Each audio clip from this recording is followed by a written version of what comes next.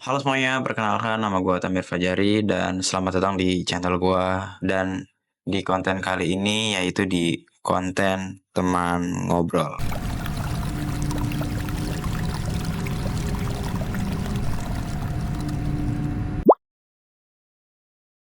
Oke, jadi di konten kali ini gue akan sedikit membahas tentang aliran filsafat yang berasal dari Yunani kuno, yaitu filsafat Stoikisme atau Stoicism atau Stoa, Stoik dan lain sebagainya, itulah kurang lebih sebutannya gitu. Oke, jadi kita masuk dulu ke pendefinisian apa itu Stoikisme.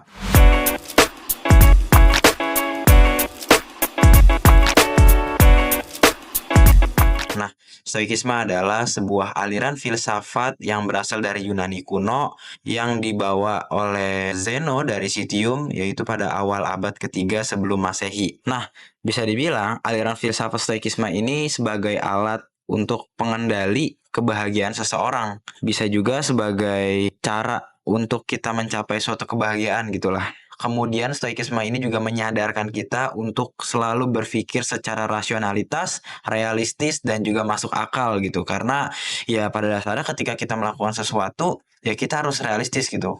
Hasil apa yang akan kita terima. Dan stoikisme ini juga mengajarkan kita untuk selalu menerima hasilnya dengan ikhlas dan tenang.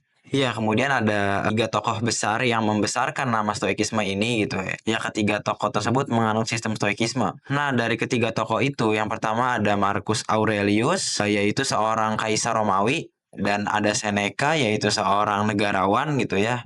Kemudian ada Epictetus gitu, yang dulunya seorang budak, kemudian setelah diasingkan, dia mengajarkan filsuf gitu. Kemudian dari ketiga tokoh ini bisa disimpulkan bahwa ya stoikisme ini tuh sangat bersifat inklusif gitu. Jadi sangat mudah untuk diterima oleh seluruh kalangan masyarakat. Karena kalau misalkan kita bilang buat orang kaya ini bisa gitu, dan buat orang menengah gitu juga bisa. Bahkan buat orang yang katakanlah mohon maaf gitu ya, orang miskin ini juga bisa gitu. Stoikisme ini masuk ke seluruh kalangan gitu. Makanya gue sebut tadi sangat-sangat inklusif gitu. Kemudian di dalam stoikisme sendiri ada salah satu prinsip yang sangat ditekankan gitu, yaitu dikotomi kendali gitu. Nah, dikotomi kendali adalah pembagian dua faktor. Yang pertama ada faktor dimensi internal, yang kedua ada faktor dimensi eksternal. Apa sih faktor dimensi internal ini? Jadi, dimensi internal adalah segala sesuatu yang dimana itu tuh di dalam kontrol kita gitu, dalam penguasaan diri kita. Contohnya adalah kayak misalkan tindakan kita, perilaku kita, penilaian kita, etos kerja kita, ambisi kita, profesionalitas kita, itu semua di dalam dimensi internal, yang dimana kita bisa melakukannya gitu. Kita bisa kendalikan secara penuh dan utuh. Kemudian yang kedua ada dimensi eksternal. Apa itu dimensi eksternal? Nah, dimensi eksternal adalah kebalikannya daripada dimensi internal. Dimensi eksternal adalah segala sesuatu yang di luar kontrol atau kendali kita. Contohnya adalah penilaian orang lain, perspektif orang lain, tindakan orang lain, dan lain sebagainya.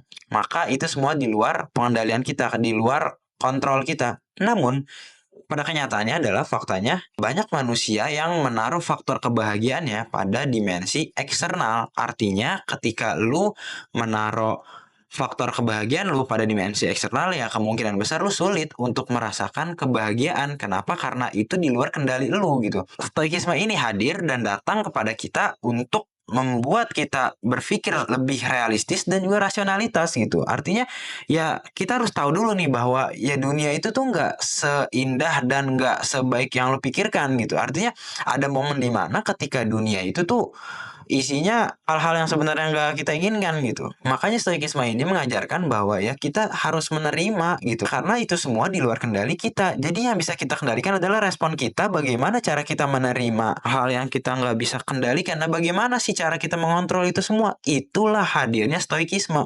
Kemudian di sini ada satu quotes daripada Epictetus gitu ya, seorang filsuf yang dulunya adalah seorang budak. Dia bilang gini intinya, ya tugas utama kita nih sebagai manusia ya kita harus memisahkan nih antara faktor eksternal dan juga faktor internal gitu. Jadi harus kita pisahkan dulu nih, mana faktor internalnya, mana faktor eksternalnya. Setelah kita tahu apa itu dimensi internal dan setelah kita tahu apa itu dimensi eksternal, maka kita diminta untuk fokus pada dimensi internal yang dimana ini semua berada di dalam kendali kita gitu sebagai seseorang yang melakukan segala sesuatu. Maka stoikisme juga menyadarkan kita nih untuk fokus pada dimensi internal yang dimana kalau kita mau mencapai suatu kebahagiaan itu bukan dari orang lain, bukan dari penilaian orang lain, tapi dari bagaimana cara kita bekerja, bagaimana etos kerja kita. Misalkan gini deh, gue mau melamar di suatu pekerjaan, gue ngelakuin segala sesuatu yang terbaik, gue menyiapkan segala sesuatunya itu dengan baik.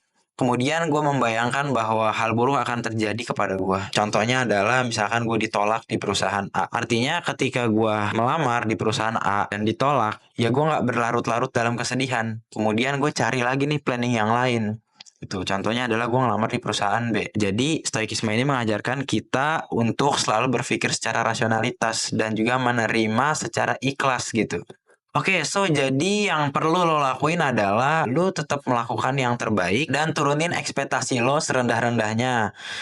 Artinya berekspektasilah seakan-akan hal buruk akan terjadi setelah lu melakukan sesuatu. Sehingga lu jadi siap seandainya lu mengalami kegagalan. Jadi lu nggak fokus kepada hal-hal yang membuat lu sedih begitu kurang lebih. Jadi lo nggak berlarut-larut dalam kesedihan yang nggak tahu kapan selesainya. Oke, jadi dengan begini stoikisme ini mampu mengendalikan diri lu menjadi lebih berkualitas dari yang tadinya lu nggak kepikiran nih ilmu yang tadi, sekarang lu jadi punya knowledge gitu. Nah kemudian Epictetus juga pernah berkata bahwa ya jika lu berharap dunia akan memberikan apa yang lu mau, ya lu pasti akan kecewa, lu sedih. Tapi sebaliknya ketika lu menerima apapun yang dunia berikan kepada lu, besar kemungkinan lu akan bahagia, besar kemungkinan lu akan senang. Seneca juga pernah bilang gitu, kebahagiaan sejati adalah ketika kita menikmati masa kini gitu, masa sekarang nih. Jadi kita nggak perlu memikirkan masa depan gitu. Jadi tanpa memikirkan masa depan dulu. Jadi kita nggak perlu cemas kepada masa depan, tapi kita fokus dulu nih kepada sekarang nih apa yang kita jalankan dan apa yang kita inginkan. Kita fokus melakukan yang terbaik, insya Allah masa depan kita akan baik. Ya, Seneca mendorong orang untuk fokus pada momen saat ini untuk mengurangi kecemasan karena mostly orang seringkali menderita ketakutan yang ternyata tuh hanya hayalan dan penyesalan atas peristiwa yang tidak relevan lagi gitu.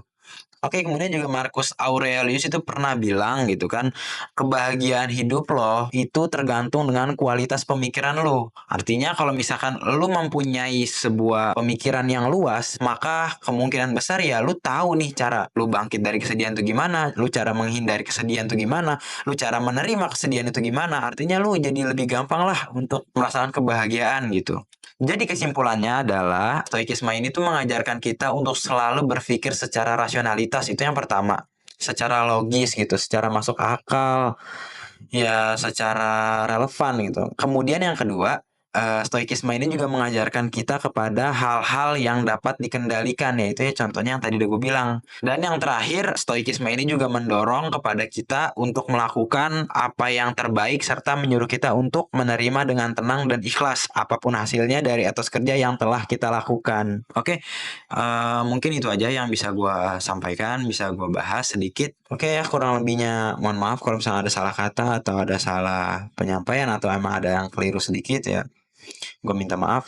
Sampai ketemu di video dan konten-konten berikutnya. Terima kasih semua.